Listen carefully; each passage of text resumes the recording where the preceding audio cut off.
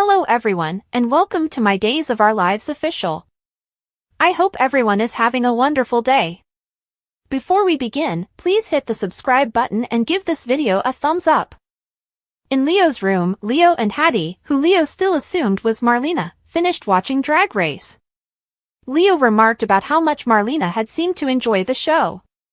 When Marlena bemoaned that she had never seen the show before, Leo gave her a confused look and indicated that they had seen it together previously. Marlena questioned if she had been inebriated at the time, then quickly leaped from the bed and stated that she was bloated from the pork rinds. She told Leo that she had a fitting for the show the next day, therefore she needed to depart. Marlena exuberantly claimed that she'd had a blast and would talk to Abe and Kate about appointing Leo the lead writer of Body and Soul. Leo thanked Marlena, and she in turn thanked Lenny for the nice time and raced out the door. After she left, a bewildered Leo contemplated the name mix-up and the junk food, flashy clothes, and working on a soap opera. He thought on what could be happening to Marlena. Later, Leo reclined on a seat in Horton Town Square and called Gwen. When he got her voicemail, he left a message confiding that he had wanted to talk to her even though she disliked him. He started to talk about his therapy with Marlena but got diverted when he spotted a concerned-looking Xander across the square.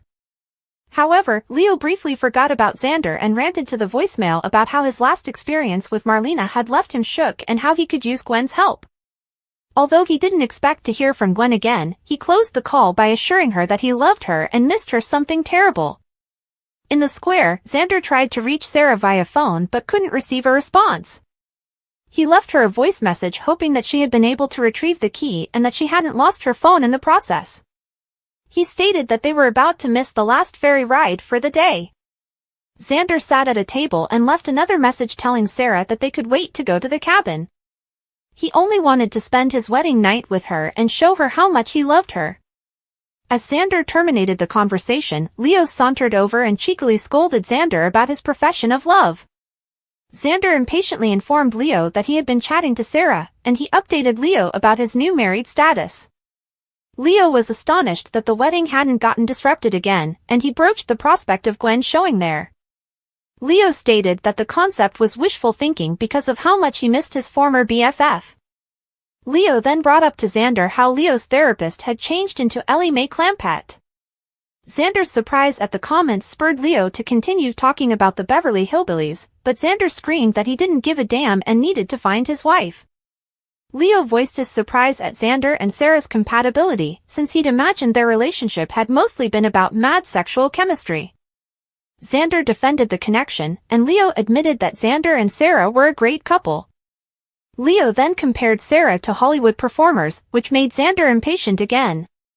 He repeated how much he loved Sarah and needed to find her. Leo wished him luck and left, but not before jokingly offering to take Sarah's place at the cabin should she remain a no-show.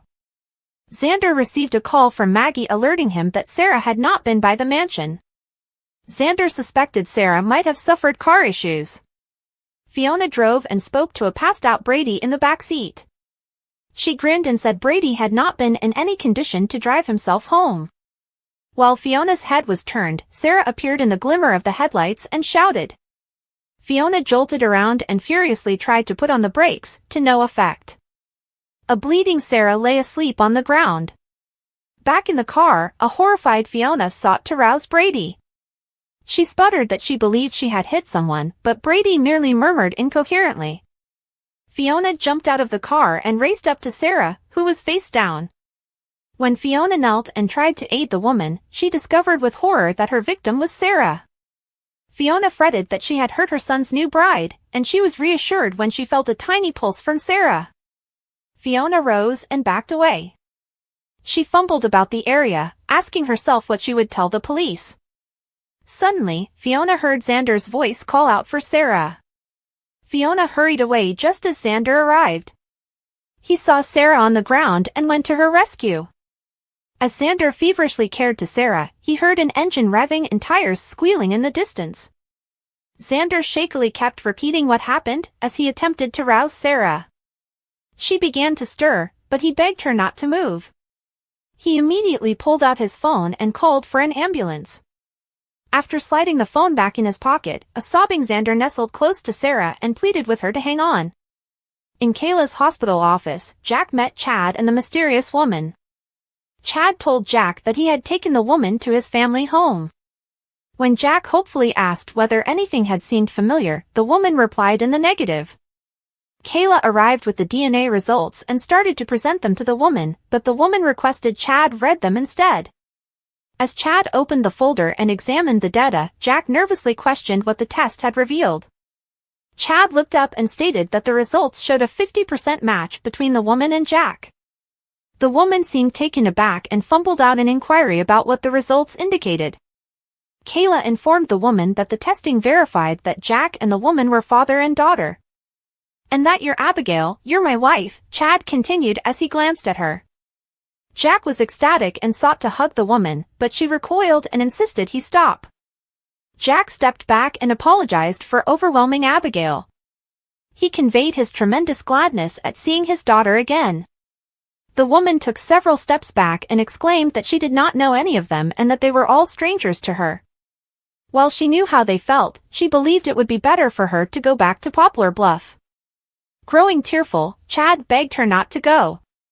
Kayla moved up and told the woman that she was with family, which included Kayla. The woman was startled even more to find that Kayla was her aunt. She continued to insist on attending, but Chad reinforced that although she might not identify them, she knew them on a deeper level. He begged that she go home with him. Chad quickly emphasized that his home was no longer the bougie mansion, which prompted a little smile from the woman. Chad also claimed that he had moved into Abigail's family house with his and Abigail's kids. Chad showed the woman images of Charlotte and Thomas on his phone, but she did not recognize one of them. When he mentioned having her visit the kids, the wife immediately criticized the idea. She stated it would be traumatizing for both the children and her. Chad tried to claim that he could explain the problem to Thomas and Charlotte, but the woman couldn't see how the kids could possibly understand.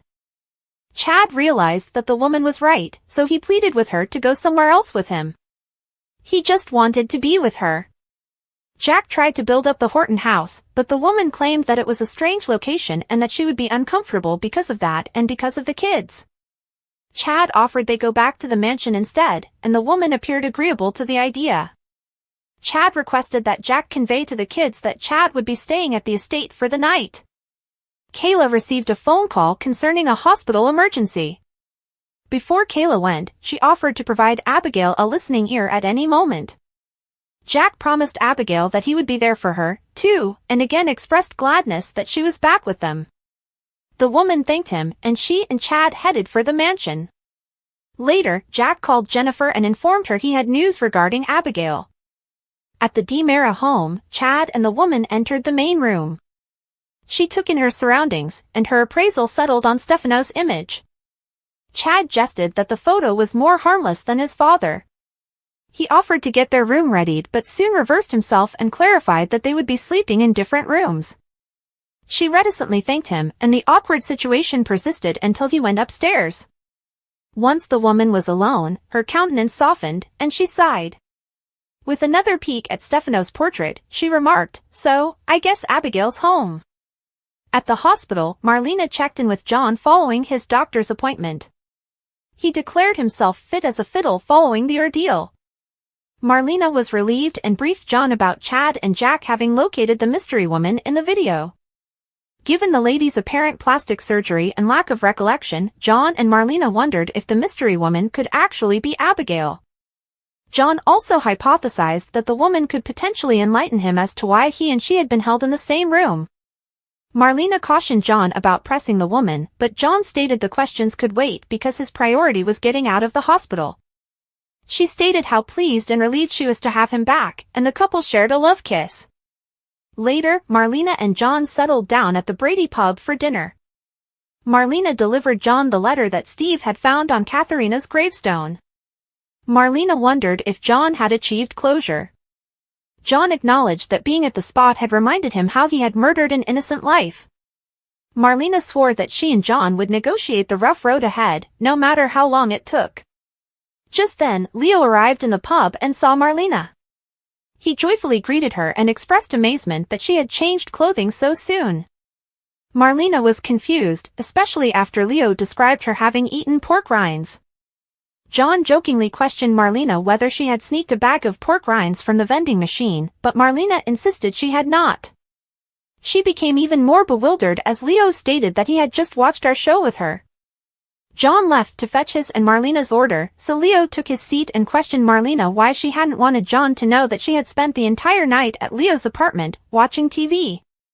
Before Marlena could react, Leo concluded that Marlena hadn't wanted to accept that she'd been fraternizing with a patient.